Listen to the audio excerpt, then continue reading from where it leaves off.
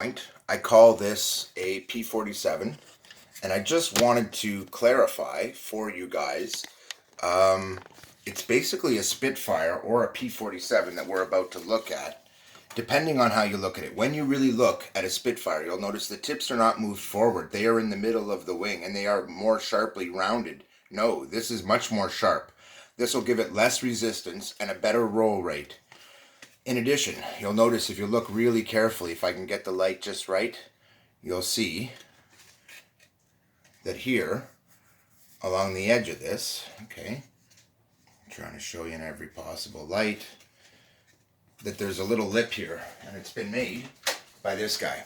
These are really awesome for smoothing down your edges. So the leading edge and the trailing edge I took and thinned right down. On these small planes, I don't do that usually. And the reason I'm doing it on this build is because this is meant to be my fast one, guys. Of all the little RCs I'm building, this will be one of the fastest ones. When you look at the fighter planes, they're built for performance. So I'm going to cover basically what I've done here.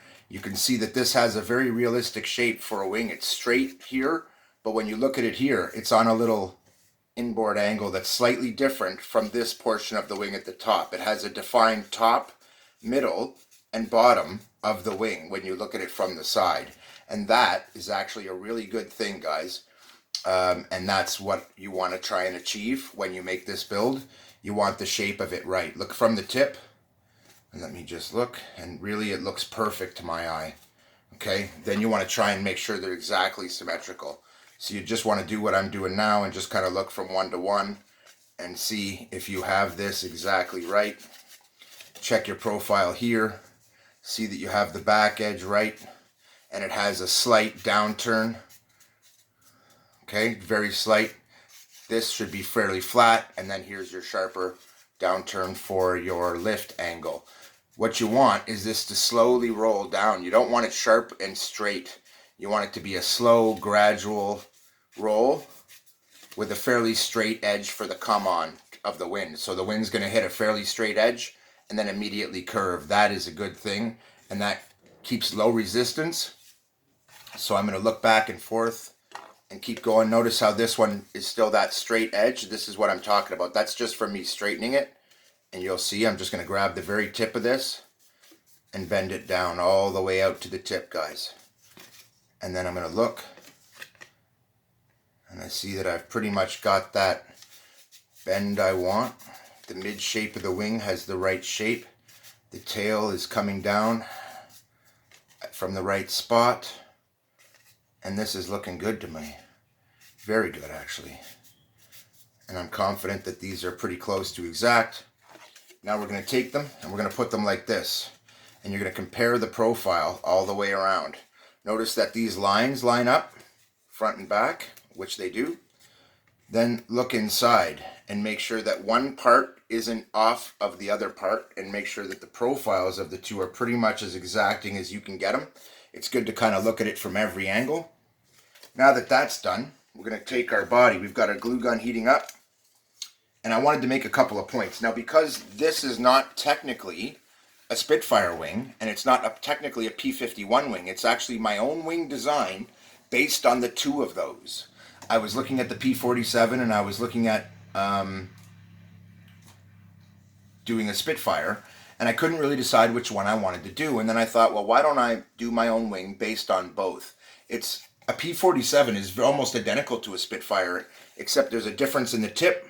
A P-47 is actually still a more rounded tip than this. This is a more aggressive aircraft shape than a Spitfire. In addition, it has this inboard angle here, like a P-47 would have. No, P-47 is a little different. You'd have to look at the pictures precisely and look at them carefully, and you'll see this is a different shape than either one of those guys. So, it is my own aircraft. Now, because of that, I will say this.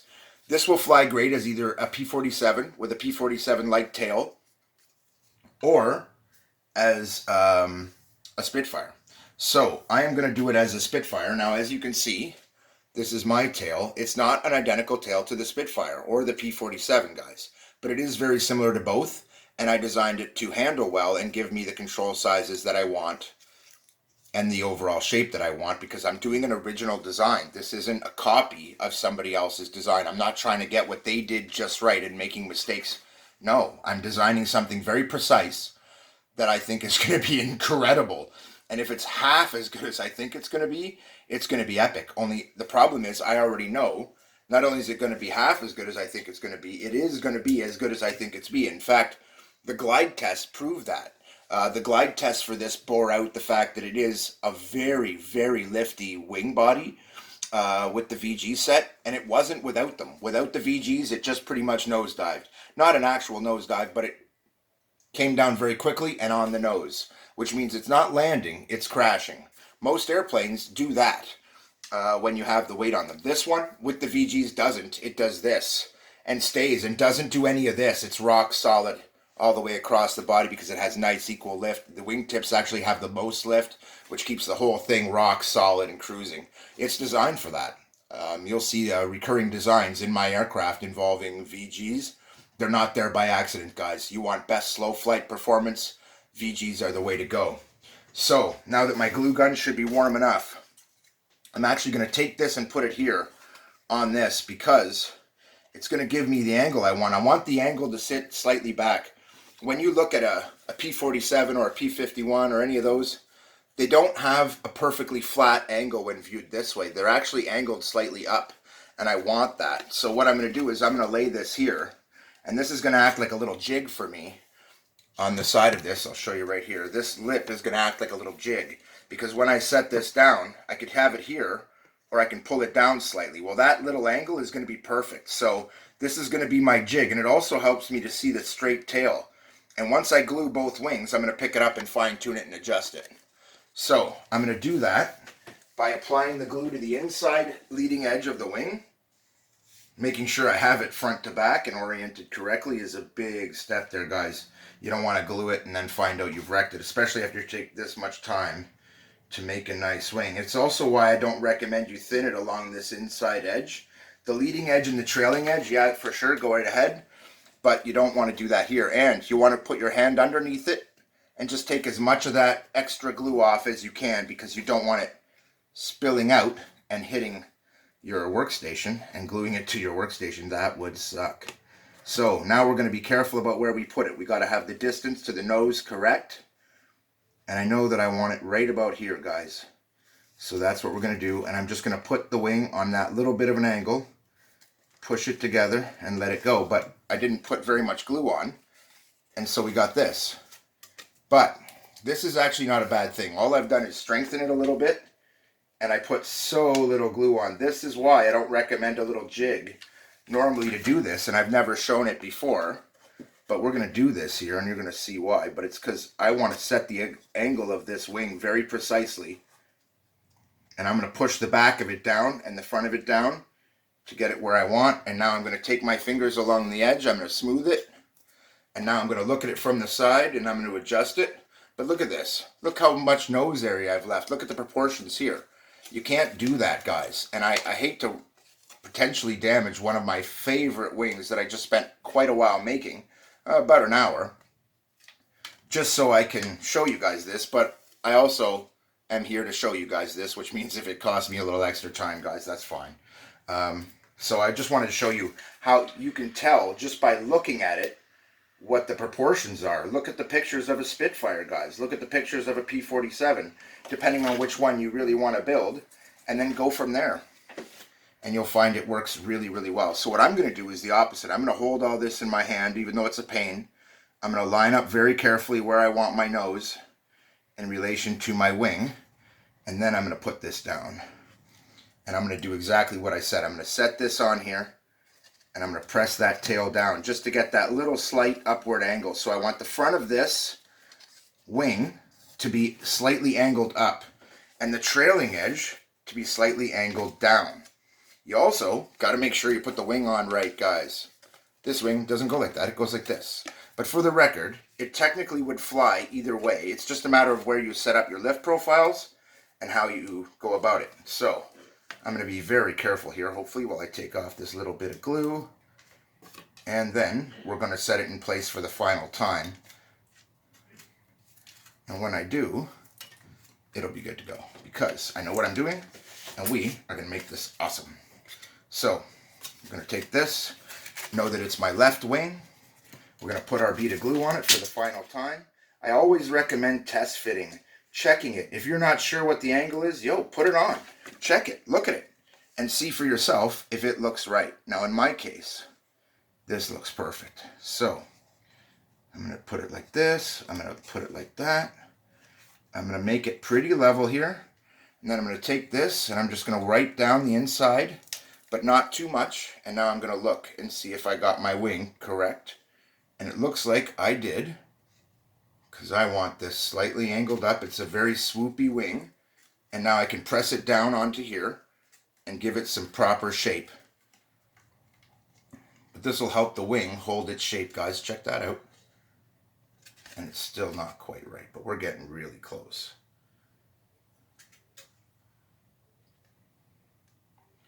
Now, on the other side of this, when I put the landing gear on it, will be the final time where we set this. This has a fair bit of adjustment still, guys, even though the glue is set. So there's that, and I really like this. This is actually a beautiful little wing, guys, and you will see in a minute that I'm not joking. It is. Now I'm going to go and place the glue on the spar this time. And normally I like to place it on the spar.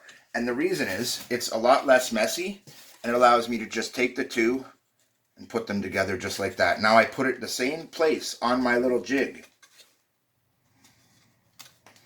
And now I pull it off of there. I take any excess glue and I wipe that off. Then I go for the top because I see a little here. And now I go side to side and check my angles. And you want to look especially at this front angle and the rear angle and at the top of the wing and make sure that it's shaped correctly, guys. You don't want this on too much of a down angle. In fact, you want it to come off the wing and be pretty level. And at the same time, at the front, you don't want it to have too much of a down angle. On the front, it'll literally act like control surfaces. They are control surfaces if you angle them down. So if this is angled too sharply down, it'll basically act to drop the nose of the airplane and you'll crash, you'll dive. And at the same time, if this one is angled down, it acts like flaps and it really slows the airplane down. Now, we have our finished Spitfire. I've left me enough room. Of course, it's not finished, not even close, but the aircraft is now an aircraft. I could put some nose weight on this and start gliding testing. And now is where I start to kind of bring my wing into the final shape, and I'm just checking it over here, feeling it up kind of, so to speak, looking at it, checking it, seeing that I have the shape that I wanted, and it's survived the whole process and adjusting it where need be. And I'm looking and I'm actually really excited now because this looks gorgeous. It came out really nice, really symmetrical. And I'm not seeing any problems with the symmetry on my wing. In fact, I'm seeing that it's going to be very symmetrical. This looks good. My tips are in the same place. Both of these came out exactly right. The shape of the wing along the side of it is correct. Okay, it's got the perfect sweep. Front slightly swept like that. Forward swept just a little. And this has got the perfect gentle curve to it. It's really sweet, guys. I'm loving this airplane. I'm also going to leave this tail. And what I will say to you is, if you want a more Spitfire-like experience, use this. And if you want a more P-47-like experience, use this. And you can pretty much do it on your own and make your own choices, man. Perfect example. Channel-wise, there's a lot of choices here. I could put enough VGs on it and enough lift on the wing that it'll climb every time I hit the throttle past tiny little amounts of throttle. Basically, so I could put it at low throttle, cruise it around, and then slightly up the throttle, and what'll happen is it'll climb. Now, I want this one to be a little more precise than that. I want it to have the VGs that it needs for proper flight. I want it to have everything it needs to slow fly and to land properly and safely and all that stuff. But in the end, I don't want it to be incredibly slow. I want it to be not as fast as possible, but pretty close to that. I want it to be quick. It's a fighter plane, man. And it's going to have an 8.5 mil brushless motor in it, guys. This thing will be a rocket ship, which means I'll probably not put the 8.5 mil. I'll probably put, or 8 mil. I'll probably put the 6.5 mil motor on it.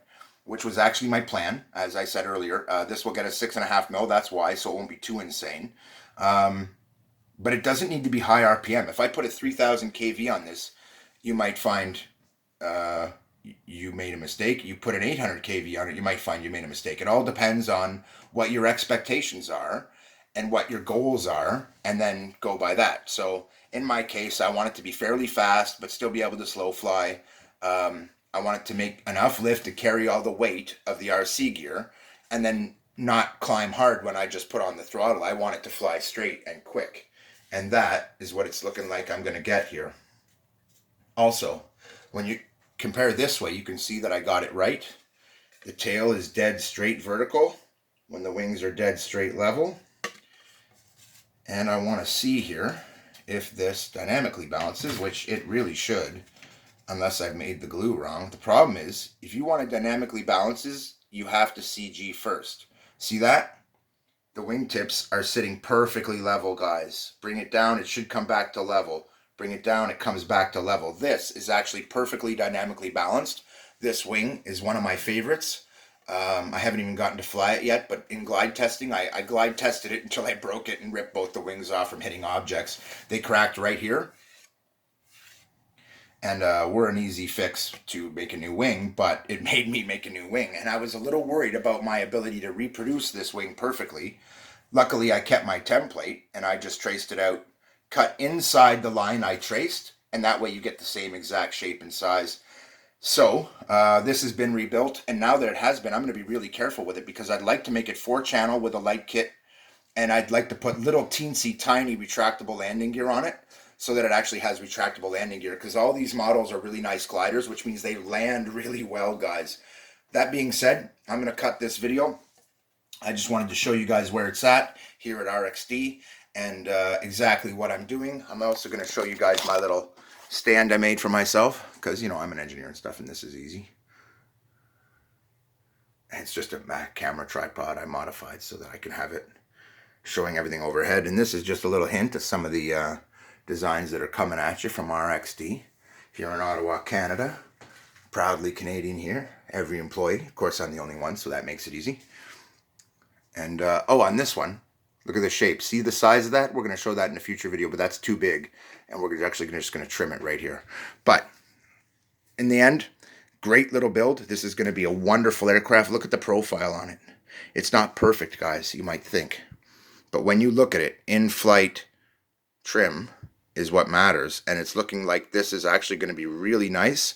That leading edge is in a really good spot. I might have to turn it up a little bit and adjust it a little bit, and what you do is you glide test it, and if it glides by going down, raise that leading edge a little bit, and if it glides by going up, that's perfect. You want it to rise a little bit. You want it to have lots of lift for when you put your RC gear, and as you can see, it's a proper elliptical, just like a Spitfire, but at the same time, it has sharper tips, which gives it a really nice cornering ability, guys. I can't wait to see this plane fully kitted out with a light kit and a good paint job. And on top of that, a good dynamic balance, which I just did, and it actually dynamically balances absolutely flawlessly, which indicates I did a perfect job pretty much. So, in the end, I always recommend you dynamically balance as soon as you build the wing. When you first put it on the spar, then you dial it in as a glider, dynamically balance it again, check it again. Then when you put your RC gear in it, you're going to do it again. So in the end, you should be dynamically balancing and CGing the aircraft at least 3 times. In this case, you're not trying to CG, you're just trying to find the balance point so that you can see if it's balanced right to left. And if not, you can trim and adjust and make your fine tuning. That being said, I'm now deeply excited. But you see that wing has a tiny little almost droop to it in the middle on one side. Those little things will come out as I put the landing gear on it, and they'll hold it into position and fine tune it and lock this into place, which is going to be epic. Anyway, that's it for this video, guys. I love you guys, and I wish you happy building as always and a great flying experience. Keith out.